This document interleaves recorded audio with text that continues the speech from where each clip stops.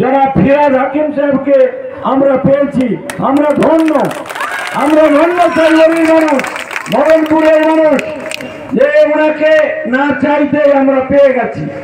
যাই হোক, আমি বক্তব্য দীর্ঘায়িত করব না, সকলের কাছে করজোড়ে আবেদন করব, আইজউদ্দিন সাহেব থেকে শুরু করে সমস্ত নেতৃত্ব এই মঞ্চে আছেন, আপনারা সর্বোপরি আছেন, আপনাদের সকলের কাছে করজোড়ে আবেদন করব। বাংলার অবস্থা অত্যন্ত খারাপ, এই কারণেই ভারতবর্ষের বিজেপি পার্টি, বাংলার নেত্রী মমতা বন্দ্যোপাধ্যায় একমাত্র মহিলা মুখ্যমন্ত্রী, তাকে বিভিন্নভাবে হেনস্থা করার চেষ্টা করছে। এবং ওরা বাংলায় বিজেপি যেভাবে আচরণ করছে, এবং এখানে মোহাম্মদ সেলিম, তিনি কলকাতার এমতালির এমএলএ ছিলেন, সেখান থেকে তাড়া খেয়ে রায়গঞ্জে গিয়েছিলেন, রায়গঞ্জে তাড়া খেয়ে আবার মুর্শিদাবাদে এসেছেন। এখানেও তাকে আমরা ঝেঁটিয়ে বিদায় করে দেব, তার জায়গা মুর্শিদাবাদে হবে না, মুর্শিদাবাদে হবে না।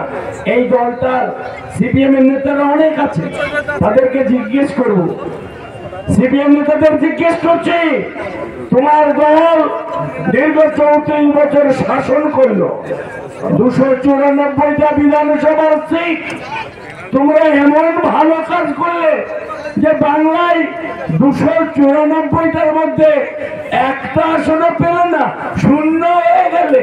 এই সিপিএম শূন্য, লজ্জা লাগে আমাদের। অধীর চৌধুরী তিনি বলতেন, মুর্শিদাবাদ আমার গড়, বাংলা আমার অত্যন্ত প্রিয় জায়গা।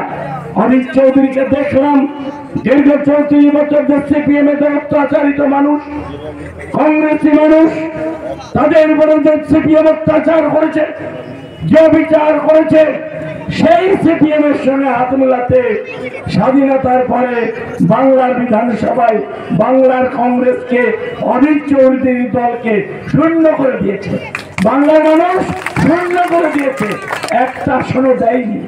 আর এরা দোসর বেঁধে অশুভ আচার তৈরি করে বড় বড় কথা বলছে।